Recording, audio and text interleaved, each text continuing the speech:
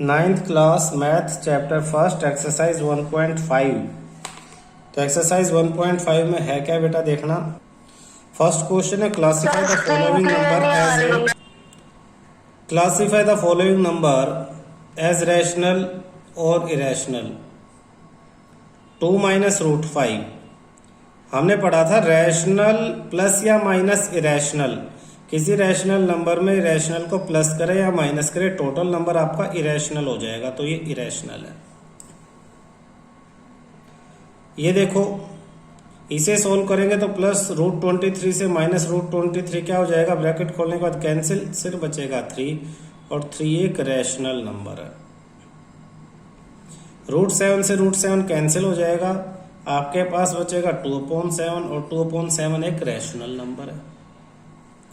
1/√2 irrational, √2 irrational है। Irrational number किसी से मल्टीप्लाई डिवाइड होते तो रैशनल भी हो सकते, इरेशनल भी, लेकिन यहाँ पे 1/√2 क्या है, एक इरेशनल नंबर है। 2 पाई इरेशनल है, तो 2 पाई भी इरेशनल है। Simplify each of the following expression, इसे सिंप्लीफाई करना। बचपन में जैसे दो ब्रैकेट को मल्टीप्लाई करते थे, 3 को इन दोनों से मल्टीप्लाई कर दो और फिर √3 को इन दोनों से मल्टीप्लाई कर दो। कैसे, मैं ये सारे चारों पार्ट सोल्व करके बता देता हूं आपको एक बार। क्वेश्चन सेकंड, फर्स्ट तो हो गया था। क्वेश्चन सेकंड एक्सरसाइज आपके पास 1.5। फर्स्ट पार्ट आसान बहुत है, 3 + √3, 2 + √2, 3 लिखेंगे, ब्रैकेट दूसरा साथ में लिख देंगे, फिर प्लस में √3 लिखेंगे, दूसरा ब्रैकेट साथ में लिख देंगे। 3 × 2 = 6 + 3 × √2 3√2, √3 × 2 2√3 प्लस √3 × √2 √6। ये आपका आंसर है। सारे अनलाइक टर्म है, तो ना तो ये प्लस होंगे ना ये माइनस होंगे। Second part, 3 + √3, 3 - √3। बचपन में किया तुमने, a + b और a - b की identity a² - b², 9th class में किया है। यही आइडेंटिटी लगा देंगे तो a यानी 3 का स्क्वायर माइनस √3², 3² हो जाएगा 9 और √3² हो जाएगा 3, 9 - 3 6 आपका आंसर है। Third, √5 + √2 whole square. तो ये भी फिर आइडेंटिटी वाला क्वेश्चन है, a + b whole square, a² + b² + 2ab। ये आइडेंटिटी लगाएंगे तो ये हो जाएगा √5² + √2² + 2 √5 × √2, √5² 5, √2² 2 + 2 √5 × 2 10, 5 + 2 लाइक टर्म्स है तो 7 + 2 √10। ये आपका आंसर हो जाएगा। फोर्थ पार्ट, √5 - √2 और √5 + √2। सेम आइडेंटिटी ये वाली, a + b - b वाली, तो √5² - √2², √5 का स्क्वायर 5 और √2² होता है 2, 5 - 2 3 आपका आंसर है। क्लियर है चारों part. Question fifth, rationalise the denominator.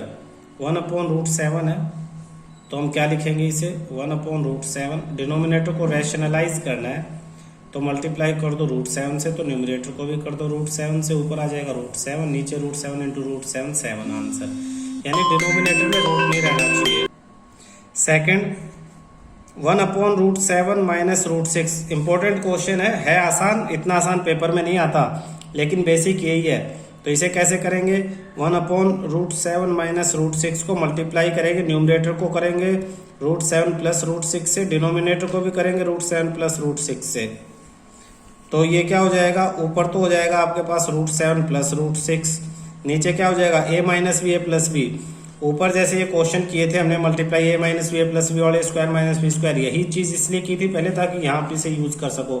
तो नीचे √7 का स्क्वायर हो जाएगा माइनस √6² हो जाएगा, तो ऊपर हो जाएगा आपके पास √7 + √6 और नीचे √7² 7 - √6² 6।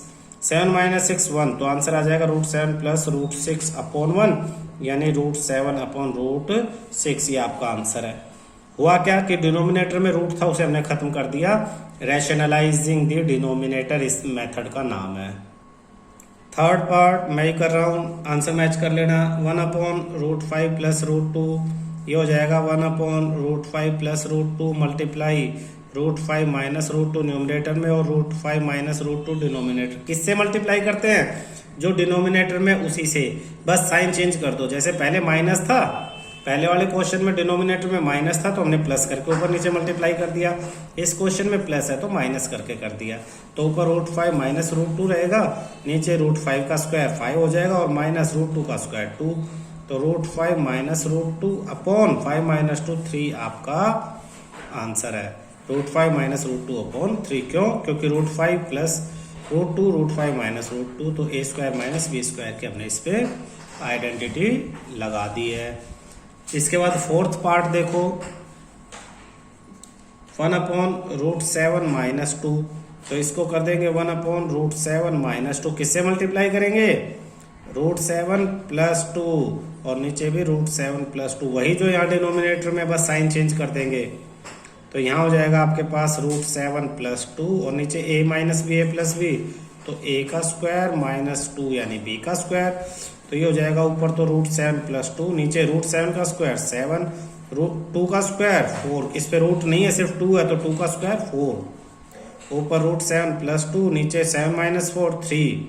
ये आपका आंसर है। लेकिन इसे आप अलग अलग करके भी लिख सकते हो, √7/3 प्लस में 2/3, आप ऐसे भी करके इसे लिख सकते हो। आसान था सारा। देखो एक्सरसाइज 1.6, ये कहता है find the value of 64 power 1/2, 32 power 1/5, 125 power 1/3। ऐसे ही 9 पावर 3/2, 32 पावर 2/5, 16 पावर 3/4, 125 पावर -1/3। तो ये 3 क्वेश्चन है। हर एक क्वेश्चन में आपके पास पहले क्वेश्चन में 3 पार्ट है, दूसरे में 4 और थर्ड में भी 4 पार्ट है। स्टार्ट करते हैं सॉल्व करना। एक्सरसाइज 1.6 क्वेश्चन फर्स्ट, फाइंड, किसकी वैल्यू फाइंड आउट करनी है? 64। पावर क्या है 64? 1/2। तो 64 को मैं क्या लिख सकता हूँ? 2 तरीके हैं। एक तो मुझे मालूम हो कि 8 का स्क्वायर 64 होता है और पावर 1/2। पावर की भी पावर है तो पावर आपस में मल्टीप्लाई हो जाएगी, 2 मल्टीप्लाई 1/2, 2 से कैंसिल 2 यानी 8 आपका आंसर आ गया। इसी का दूसरा मेथड क्या है कि 64 1/2 आपका क्वेश्चन है। 64 के प्राइम फैक्टर 2 की पावर 6 होता है।